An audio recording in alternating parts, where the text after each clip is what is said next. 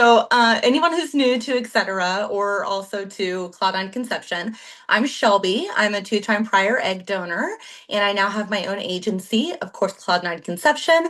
I worked in a fertility clinic for quite a while. I specialized in third-party resources and third-party treatments for those who were using gestational carriers, sperm donors, egg donors, all the fun stuff that makes the treatment cycle that much more complicated. I then branched out on my own. Now, I do have my own agency, again, two prior egg donor cycles. So I've been through this. I know a lot of people who have struggled with infertility. And so the point of the Eggs, Etc.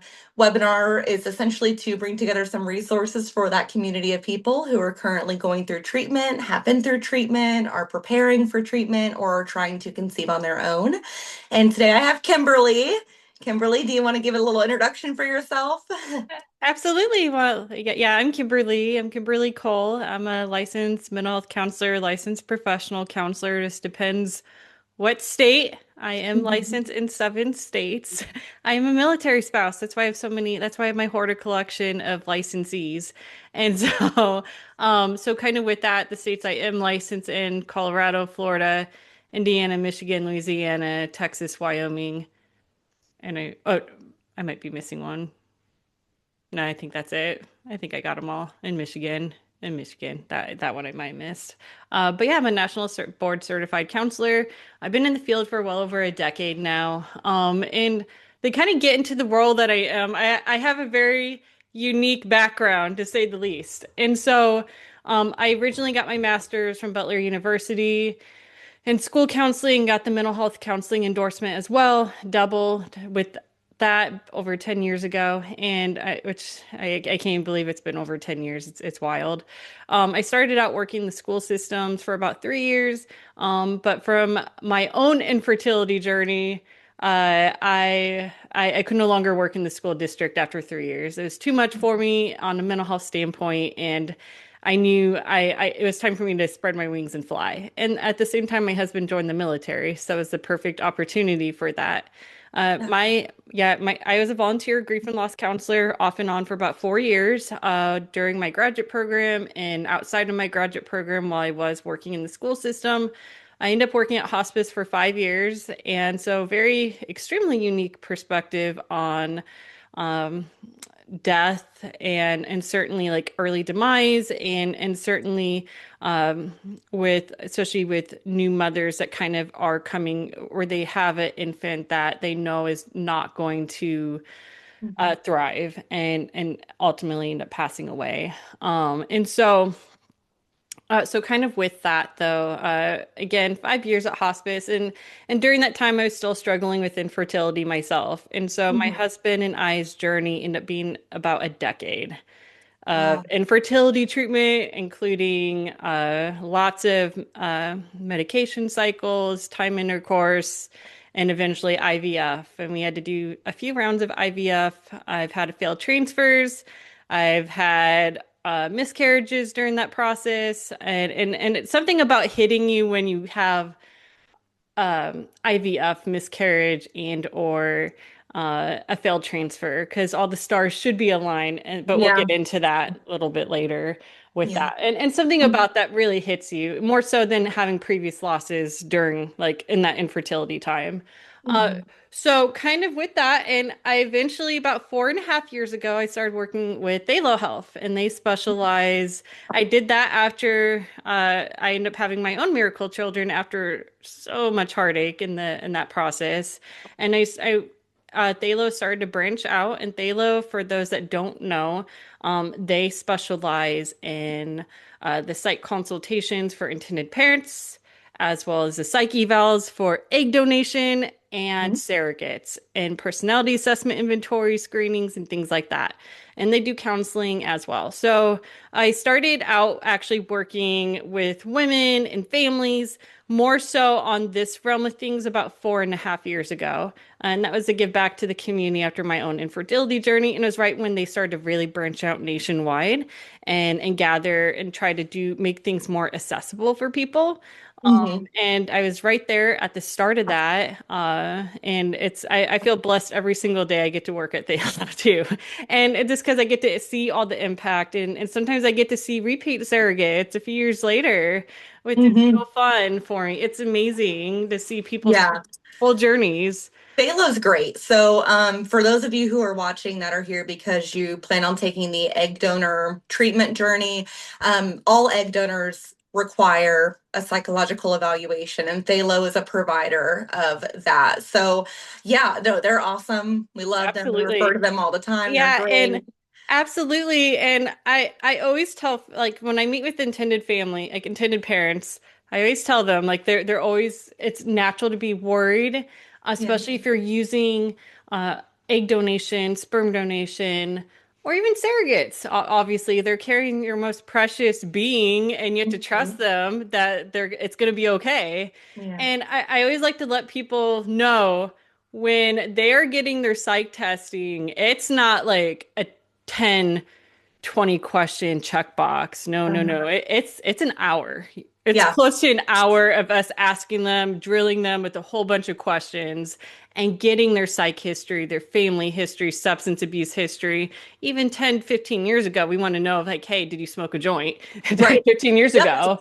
And especially in states that obviously it's becoming more and more legalized across different states, but it's still something that most families want to know and fertility clinics want to know, obviously. And so it's a Mhm. pretty in-depth history, trauma history, who they grew up with, relationship with their siblings, parents, work history. It's the whole shebang. It's pretty thorough. Then they sit for 300 plus personality assessment Yep. inventory on top of it after they meet with us. And it's Yeah. being filmed, it's being watched, so you know it is them doing it. It's not someone else doing it. It is them doing it. Yep. And so we know if they had someone else take it. So rest assured, clinics are doing their due diligence. The outside providers are doing their due diligence with providers like Thalo, where we want the best candidate possible to come forward, and certainly that peace of mind. Obviously, you want to know genetic wise, health wise, what's going on with that baby. So yeah, Mhm. obviously there's a lot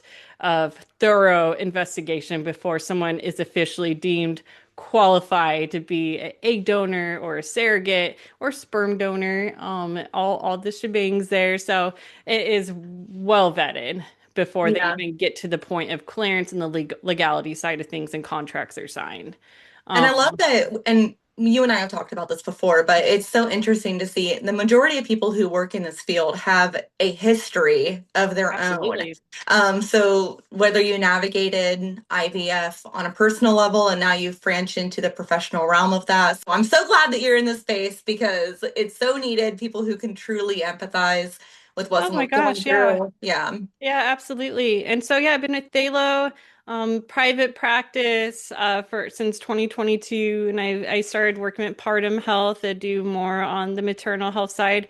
It's so fun whenever people ask like how did I land in the spot that I am? Because every once in a while I do get surrogates or egg donors or even other professionals like, wow, you have a very, very unique niche. Uh-huh. How did you land in your unique niche? How did you land in this? And I'm like, it was a lot of legit blood, sweat, and tears, Yeah. and blood literally during miscarriages and things like that.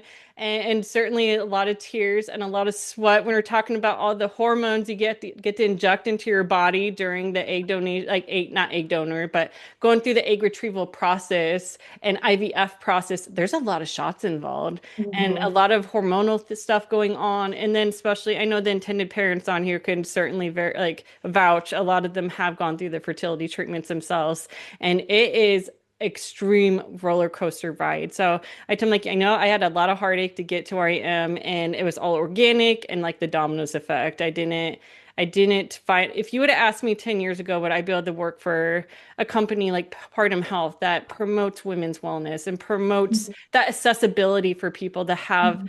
that wellness and women's health that every woman should have to be able to have access to. If you would have asked me 10 years ago, would I be where I am right now? I would have told you, hell no. Because that was in the midst of my own journey and Yeah. especially painful journey at that. Mhm. And I'm so excited. Like, yeah, now I can, is healing for me too, and be able to help others that are kind of struggling. Again, like what you said, Shelby, most people that land in this field, they typically have their own experience at some capacity. Either they were part of like the egg donor process, surrogate process, or they had also gone through infertility as well, to some Mhm. capacity, some degree, maybe not as extreme as others. I know my journey is very unique. I know most people don't go through what I've gone through.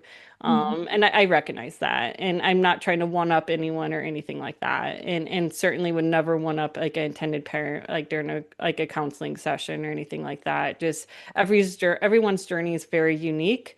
And that grief that comes along with that journey is also very unique. Yeah, and you being able to kind of have that specialized background in working with grief. So I also have a background in psychology, and I landed in the fertility field just during a transitionary time after college and thought it sounded interesting, and I'm now obsessed with it and can't get enough Yeah. of it and think it's awesome. But we're starting, I feel like over the past couple years, we've really started to see the interweaving of emotional wellness alongside IVF. It's very hard when you're going through IVF to make time for yourself and make sure that you're checking in with yourself in ways that don't revolve around the end goal, which is taking a baby home. So as you know, today's webinar is based on the emotional wellness while you're going through IVF. And I'd love to hear a little bit more about your take on that and how you can help someone who you might know that's going through IVF or who's trying to conceive, your recommendation for intended parents who might be dealing with a genetic grief. And I'm ready to hear all the advice. Sure. So, well, one of the first things I like intended parent consultations that almost always comes up in every infertility journey at some capacity is the inability to be in the moment. It is almost impossible to be in the moment because there is so much writing into it, right? Where w when you're talking about being in the moment, I'm talking about being able to feel the joy in that moment Mhm. because you are constantly worried the pin is about to drop, you're about to get another line of bad news. Infertility, it's not absolutely not rainbows, and it's not warm and fuzzy. It's not something someone when you're a little girl or boy at that go into and think, hey, I want to go through this. I want to spend all this money. I want to have all these losses and all the secondary losses. So secondary losses, for a lot of people don't even realize what that is, but secondary losses is that loss of a dream, loss of that tradition. And especially as we have death and things and life transitions, some people come and go in our lives. And we get to lose those traditions with those people as they come and go. And when we hit those personal milestones. And so, for example, maybe someone's parent, grandparent passed away and you don't have that baby yet. And so now wow, even if I get to that dream, my loved one is not going to experience the same love I got to have. And that's a loss. That's a secondary loss. And the financial loss of it, obviously, it's not cheap going through infertility treatment because most insurance agencies and things don't cover it. They do Right. not cover it at all. And so that's a huge financial loss and secondary loss where you're making some big sacrifices to get to this point. And a lot intended parents have made a lot of big sacrifices to be able to get to this point. And so one of the big things that does come up oftentimes when I meet with intended parents or even in my private practice or counseling, wherever, it is almost impossible to live in the moment and experience the joy. Let's say if surrogate, yay, she's pregnant, she's doing great. It's really hard for intended parents to live in the moment and be able to recognize, wow, this is a positive milestone in my journey. This is something great. And sometimes they put on that emotional barrier, that emotional shield, because that is their way of protecting themselves from more heartache. Yeah. And so it's really hard for intended parents to live in the moment. And oftentimes, when the subject comes out, like when we're processing it in sessions, consults, wherever, it comes out, and more often than not, they're tearful.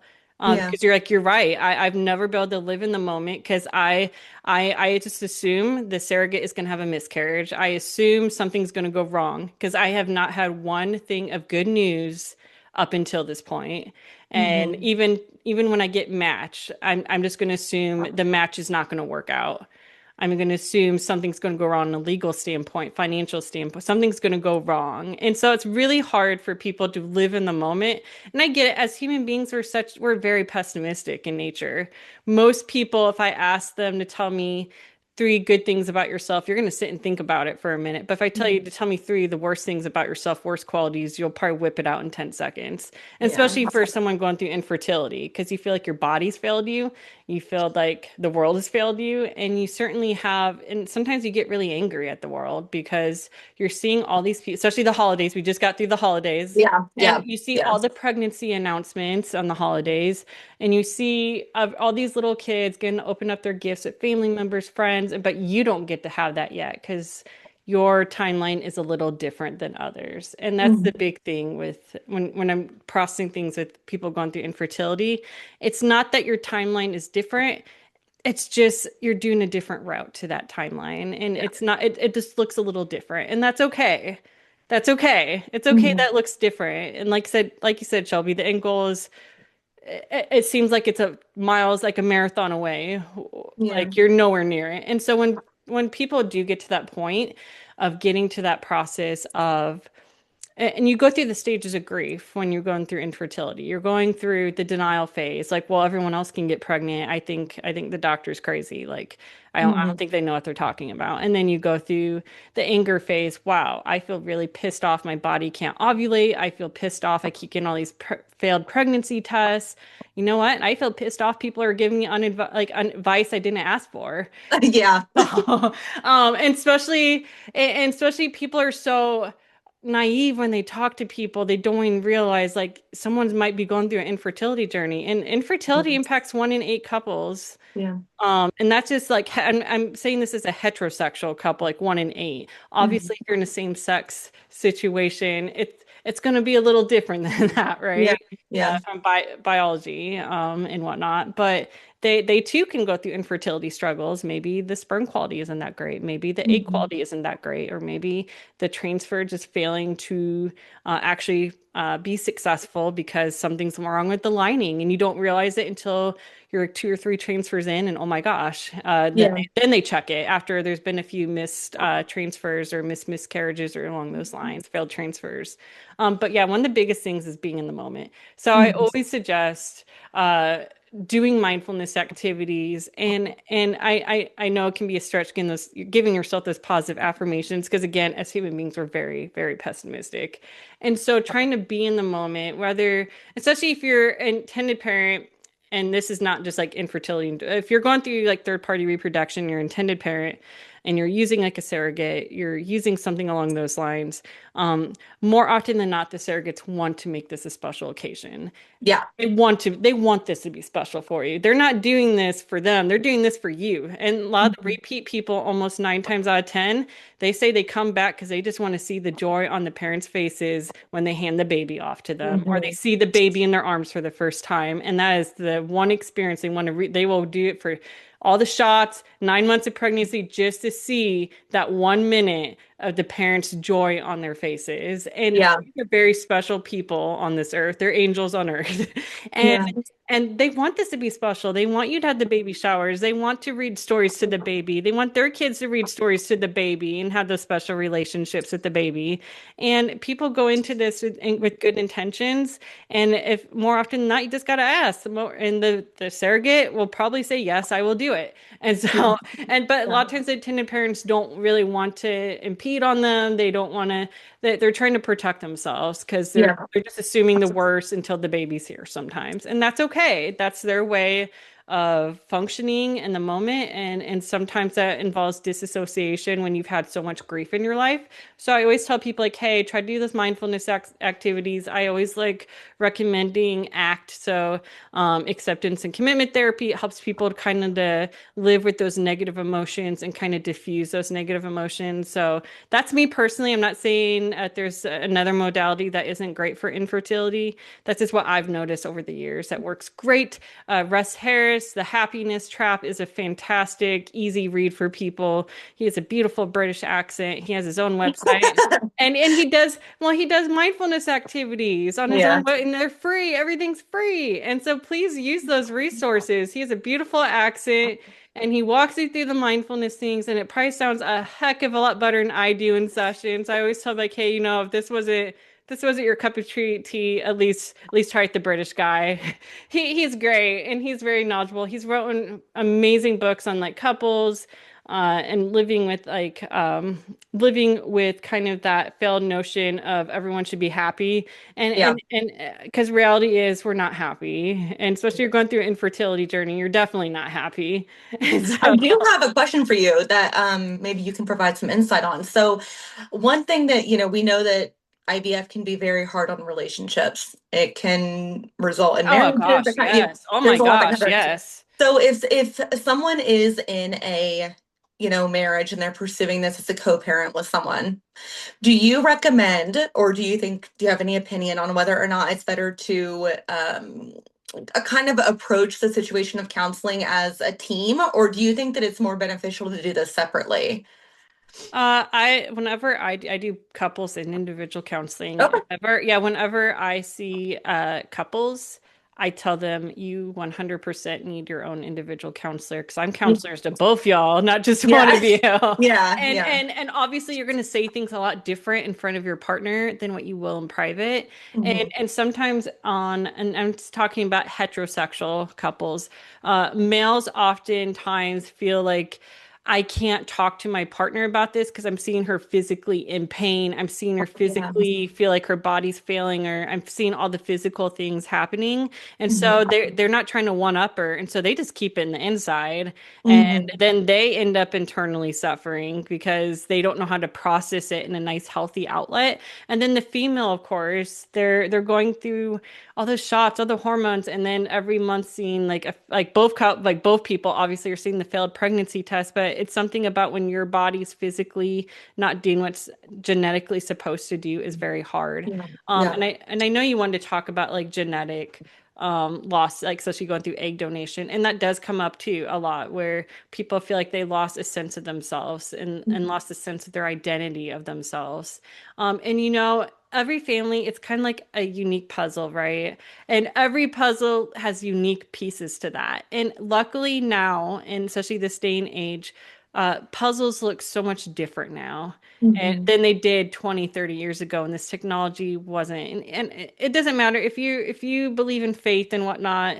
And if you do believe in faith, the higher power put this technology in our hands for That's a right. reason. And That's right. so, yeah, yes, the higher power put the technology in our hands for a reason. And Hmm. if you are a faith-based person, there you go. I know it's a lot of sometimes people really struggle with that, especially if faith is a really high value for them and they're part of a denomination that isn't as accepting Hmm. towards third-party reproduction and or assisted reproductive technology. There's a lot of inconsistent pieces going out there with the education on things Yeah. on this topic, and especially right now in the political climate. Hmm. There's a lot of uneducated and kind of really, I'm going to be really blunt, kind of dumb people about Kind of it. They're nasty they're they're people. shooting Yeah. shot, yeah, they're shooting Yeah. shots in the air, and they don't even know what they're aiming at, and they just Hmm. look stupid as you hear them. Especially someone's going through infertility and someone that's going through it all. And someone that's been on the other side of it. When I read like some of these posts and as a counselor, I'm like, man, I am trying to be professional. I'm not trying to talk have these because some people are FBI agents, right, where they can find you and I don't want bad reviews or anything like that. I'm affiliated with a Yeah. lot of people and myself, and but it's really hard to keep your tongue shut. And some Yeah. people, yeah, And it's just Kimberly, crazy. I feel like you can probably say this as well, but having worked in the field I've been in this field for almost 8 years now, and I can promise people that the same groups that are online talking about this are going through these treatments. So Oh my it gosh, yeah, just, you just got to move and on. yeah, and I'm working on my sex therapy certification right now because infertility obviously impacts the bedroom in many different ways. You feel like Mm. it's a chore, you feel like you lost that intimacy. And I will tell you, I see a lot of males that are part of that crowd that you are Yes. describing. And Yes. and and certainly Would they be telling their other peoples that they're seeing me for Mhm. counseling? Absolutely Mhm. not. Mhm. Absolutely not. And so it's just kind of interesting the world that we live in where we put on the mask and we fake it till we make it. And Absolutely. especially with infertility, you are faking it till you make it. And especially every holiday, every function, every time you look on Facebook and see all the pregnancy announcements and your timeline is a little different, it's very triggering. It is Right. absolutely triggering. And there's no other way to put it. And it's really important to give yourself some grace. I mean, I know you feel like it's impossible to give yourself some grace. And especially in a time when you feel really empty inside, and Mhm. especially going with the motion every single month and seeing like failed test after failed test after failed test. I want to let you know the only biggest emotion bigger than fear is hope. And that's why we're going through this process is I for love that that. hope of that baby and that hope of that future. And don't ever let go of that hope. I love that. Thank you so much, Kimberly. I You're really very appreciate it. I welcome. appreciate what you're doing. I appreciate all the advice that you've given today. So we can open it up if anybody has any questions. They can shoot them over. You can also, if you want to direct message your questions, you can do that on Instagram. We're at Cloud with the number 9 Conception. And then Kimberly, you're with Partum Health, but you also have your own account. Mhm. Did you want to go ahead and share that? Sure. My Instagram is Kimberly Cole, and Cole is not spelled the regular way. It's KOLL Mhm. underline LPC. So Kimberly Cole underline LPC. If you want to connect on Instagram. And I'm more than happy to chat at some capacity. I know it can be really isolating. Yeah, I think that's great. So we'll just give a couple minutes and see if any questions come through. And we'll just hang out for a minute. Okay, sure. How do you react when you're going through IVF and someone says, "Oh, have you tried this?" or "Have you done acupuncture?" and try to present solutions like you haven't thought of that before? I know I visibly showed my eye roll as he was saying, Mhm. it made me give my own horrifying flashbacks of that, going through my own experience and especially all those people that mean so well. And have you tried this position? Have you tried relaxing? Have you tried doing a certain day of the week, certain position? Have you tried this treatment and like acupuncture, things like that? And to each their own. And and one of those things, it comes to a point where if people are going to be really bold and ask you really invasive questions, sometimes it takes almost like a reality check with it, where I got to a point where I mean, I'm not telling you you can do what you want with this, right? I'm going to tell you two different directions you can go with this. And one's going to be a little bit more extreme than the other, of course. I'm just a little eccentric and a little spicy. Uh, so, so it got to a point, I would say around year 5, where I was on 200 milligrams of Clomid and I was just over it. I was over it at that Yeah. point, right? And so I got to a point where I'm like, I've had 5 losses. I've tried everything. And do you have suggestions so I don't lose a potential pregnancy? Because that it's not me failing, it's my body failing. It's the whole process is failing. Can you tell me something that wouldn't make those losses go away? And sometimes that was the reality check people unfortunately need because if they're going to be abrasive and ask those really personal questions, sometimes it involves really, and then it's an educational moment why you don't ask people those Mhm. questions or say certain things. But the other direction you can go, which a lot of people opt for, is kind of, we're exploring all of our options. Thank you for the advice. And just leave it at that. And don't open the conversation, leave it closed off. And there's a good way of doing open-ended questions versus closed-ended questions. And the closed-ended questions kind of gets the point across indirectly as Yeah. well. And I know people mean well, but again, people are kind of ignorant. Unless you've gone through the process yourself, it's Mhm. really indescribable of how hurtful those questions can be. That you described how different the grief feels than maybe a miscarriage through a natural pregnancy versus finding out after you've gone through IVF. With that, uh, obviously there's a lot of different grief. Every loss, the grief looks different for everyone. And so More often than not, when you're going through the infertility process and you're doing all these treatments, there's a lot of things riding onto these treatments. It's not cheap, and you're sacrificing a lot of things with your body and emotionally with your hormones. You gain weight, you go through all this process. And more often than not, fertility clinics are usually floating around that 60% success rate. Hmm. Typically, Yeah. there's that 60% success rate when you go through assisted reproductive technology facility, and you can see all the stats online. More often than not, a lot of them are floating around that 60%, maybe a little less, a little higher. So 1 in 6, like 6 and 10, chances out of 10, you should be successful. And with that though, when you're talking about that high of a success, obviously it's significantly higher than going through a natural pregnancy. And oftentimes they're checking your lining, you're doing all the things right. They're checking your levels of hormones. They're doing all these things for it to be successful. And when the stars don't align, for some odd reason, you had perfect lining, perfect looking embryo. They're like, doctors are like, wow, this is like a textbook embryo. It's like whatever system they use, 5AA, 6AA, whatever day it is, right? That, and then the embryo's quality. And you have all these high hopes going into it. And like, wow, this is the day my journey ends with my infertility. This is the day I'm going to finally no longer suffer, and this is going to be a beautiful moment. And so when it does not land that way, and you find yourself seeing a pregnancy test that maybe is successful initially, and then all of a sudden you're seeing it dwindle, and then by the time you go in for your blood draw at nine days post transfer, 10, 11 day, every clinic's a little different with this. You go in and then you see you're having an active miscarriage, or it's at zero. There's no pain bigger than that when you had all the stars aligned. You invested so much time, money, and your heart into this, and it's not successful. That is what I meant with like that is why it's more painful at times because and statistically this should have been the end. This should have been the start of your journey of parenthood. And then when you're going through intended parents and whatnot, going through that process, and they're doing all the right things. They got the perfect surrogate. Maybe they've had several successful journeys. They've never had a miscarriage before, and then all of a sudden they're having a miscarriage. It's indescribable, that pain for that family and for the surrogate themselves too, because a lot of times, again, they're used to being pregnant and successful pregnancies. They're not used to having that drawback.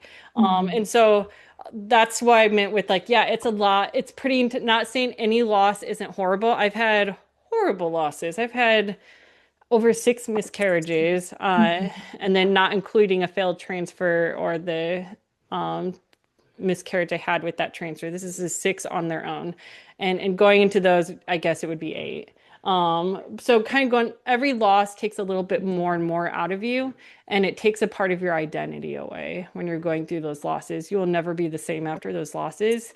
And that's why it's so hard for intended parents or whoever is going through the journey to be present in the moment because you've had to literally walk through hell and back Yeah. to get to this point. And so that's what I meant with how impactful that when all the stars should be aligning and for some reason they're just not aligning. Everything with treatment too is so micromanaged. You have a Oh schedule God. where what time are you taking your medication? So I think a lot of times when that loss happens during such a regimented series of Oh weeks or yeah, months it's or very years, articulate. It's very articulate yes. and very precise. And those doctors, those fertility doctors, they're like magicians. Hmm. They can look at your like progesterone levels and or AMH, and they can tell you the exact formula. More often than not, that'll probably typically work for your body type. And they'll even sometimes do a test run before they even do the transfer. Right, And right. so for if you did a test run, then all of a sudden you did it, and like, oh wow, I think I might be pregnant, and then all of a sudden it's not happening, it's not there. Yeah. That's absolutely devastating for everyone involved. Is like, at what point does somebody come to someone like you and realize that they need to use an egg donor? So the majority of people, so if it's a same-sex male couple, they know they're going to need an egg donor off the bat. I mean, they go into this expecting that that's going to be their route. A lot of times when it comes to female patients, they will typically find that information out from their endocrinologist. So the doctor that they're going to, who is going to look at the ovarian supply, they're going to look at the quality of the eggs that they might be able to get. Typically, if you have something called diminished ovarian reserve, also called DOR, that might be a reason that you might need egg donors. If there's a genetic condition that runs in the family that you're trying to avoid, that's on the mitochondrial DNA side, that would be indicative of needing an egg donor. There's quite a few different reasons that you might need to go the egg donor route, but typically your doctor is going to be the one to tell you that. So you wouldn't come to an agency like me until you get to the point where your doctor is like, it's time to explore this option. Yep. With so many advances in technology, they're always going to try to let you have a genetically related child first. They're going to look into things. If that doesn't look great, then we're kind of the next step that someone would take when it comes to that. The fresh and frozen egg donor options both can be great depending on what you're looking for. If you only want to expand your family by one child, frozen eggs might be a good option for you. The process with frozen donor eggs is a little bit more disconnected than a fresh donor. They're not going through the retrieval in real time. If you have follow-up questions for the donor, it's not always as easy to get a hold of them or for the egg bank to get a hold of them. There's not typically like an exchange of letters when you're looking at people who use frozen bank. But a lot of times it is going to be more cost efficient. The process of thawing out eggs and using those in IVF gets better and better every year. Doctors are learning more. The freeze and thaw protocols are significantly better than they used to be. So that can be a really, really good route for some people. If you want to have multiple children that are all biologically related, or if you want to have a more personal contact with a donor, a fresh egg donor cycle is going to be the route that you're going to want to go. With fresh egg donation, that egg donor will go through a cycle specifically for you.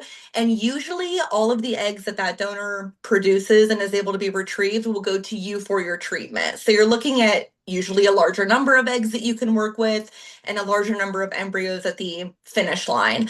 Also, because they're going through in real time, you can coordinate things with an agency like a gift exchange, or if you want to exchange letters, or if you want to talk more about what it might look like to have an open identity later down the road. That's usually easier to do when you're working with someone in real time. So those are kind of the two differences. It requires you sitting down, looking at how large you want to expand your family, how much money can you actually invest in this, and choosing what's most realistic for you. Yeah. Oh my gosh. Yeah. And especially when you're talking about like genetic grief, you're not going through, again, you're not going through like the historically normal timeline and your how you view things to be.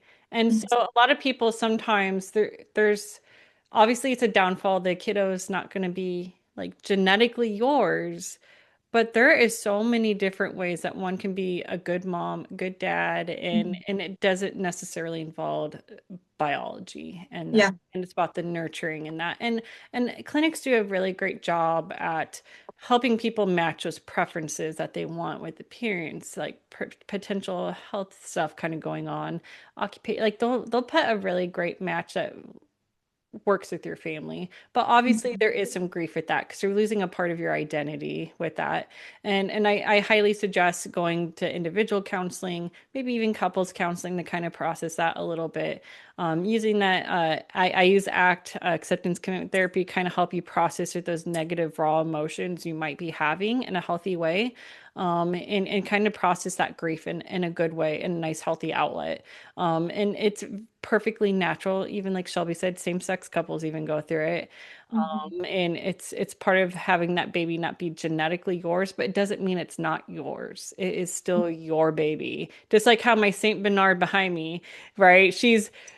Obviously I did not birth her, but she is still my baby. Mhm. She's my And big there's a lot of studies that have come out too that Absolutely. there's a lot of studies that have come out too that show that the bonding between Absolutely. mothers who use their own eggs versus donor eggs, there's really not much. I mean, we're seeing that No. it's very It's about similar. that nurturing. And I will Mhm. say the people that have gone through infertility and gone through the journey to hell and back, they make the best parents ever Yeah. because they're so grateful. They're they're in they are so incredibly grateful for the opportunity for parenthood and finally Mhm. that hope has been achieved and they can finally rest for a little bit. More Yeah. often than not, they form very beautiful relationships with their children, even if it's not genetically theirs. much. Thank you so You're much very for being here and welcome. talking to our people, and we appreciate you. And so you're with Phthalo and you're with Partum. And Yes. just to make sure that we're all understanding, so Partum is usually during the pregnancy and post-delivery. Okay, Yes, great. And then yes, and they have their own doulas. They love got the that. full shebang to help you in your needs once pregnancy. If you're using like yourself, they have doulas. They have mental health. I'm on the Michigan team. They have Texas, Illinois as well. And then they're absolutely fantastic with that. Once that miracle is here, there you go. You have a plan right there. And then before that journey. I'm also affiliated with Thalo, and they help get you there and get the legality side of things kicked off, and certainly make sure it's very thorough, and you're getting peace of mind with who's going to be that egg donor or who's going to be that surrogate. And then I'm also in private practice too. I'm a little person catch of all trades. I just love being part of this industry, and I know I know, Shelby it's and I great. talked about it. We all are very interconnected in this industry, and it's not one agency's better. We all work together. It's a Yeah. collective effort. Yeah, it's great. So if you are interested in more webinars or if you want to see what's coming up, you can always head to our website, cloud9-conception.com. You can sign up for our email list. We'll send you the webinars that are coming up. If you want to find out more information on Kimberly, you can visit us on Instagram. We have a post that she's tagged in. You can navigate that to get to her. So we just hope that all of you who are going through IVF, trying to conceive, figuring out next steps, hopefully this was helpful, and take care of yourself. Stay well. Mhm. Thank you guys. Thank you.